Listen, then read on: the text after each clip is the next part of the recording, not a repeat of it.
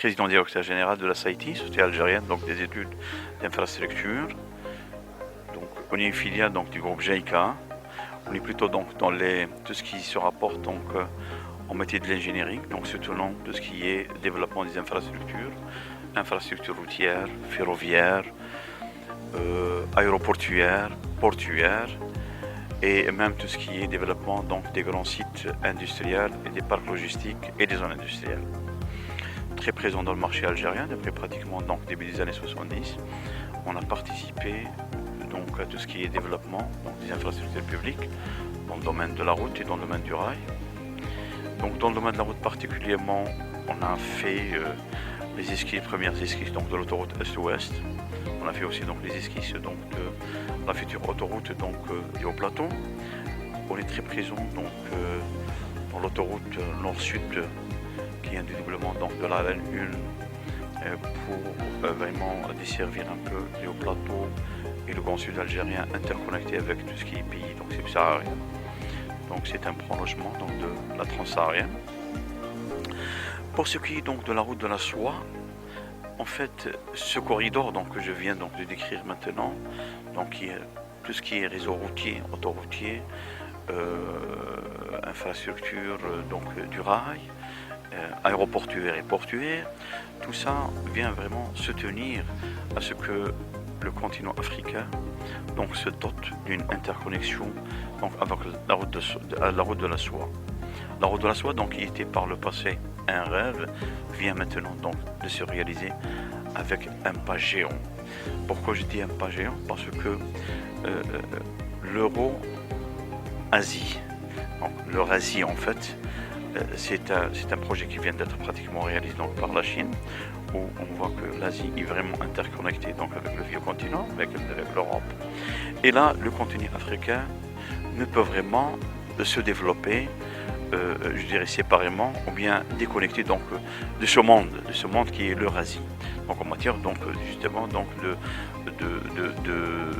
je dirais d'interconnexion dans la route de la soie elle-même. Le continent africain se réveille. Maintenant il se réveille, il se développe avec des pas sûrs. Lorsqu'on regarde ce qui se fait actuellement donc en Afrique de l'Ouest, avec un enregistrement donc des taux de croissance qui avoisine les 2 chiffres. Et je dirais que vraiment cette croissance elle va œuvrer à une stabilité certaine donc, de ce continent. L'interconnexion donc, de ce continent à travers tout ce qui a été réalisé en infrastructure, soit dans les pays subsahariens, soit en Afrique de manière générale, ou bien en Afrique du Nord, interconnecté avec la rive du sud de du sud de l'Europe et la rive du nord du Maghreb, c'est une interconnexion certaine qui va que nous booster vers la croissance de ce continent qui est resté pendant très longtemps un continent de bassin de réserve. Je pense que l'éveil a donné un réveil, et un réveil certain que ce continent puisse vraiment prendre, je dirais, sa croissance en main avec donc la route de la soie qui va l'interconnecter avec l'Asie et avec l'Europe. Le rôle de l'Algérie, c'est un rôle moteur. C'est un rôle moteur, donc par la position de l'Algérie, donc justement dans cette route de la soie, et par rapport à sa position stratégique et par rapport donc à ses réseaux multiples, routiers, autoroutiers, rail, aéroportuaire, portuaire.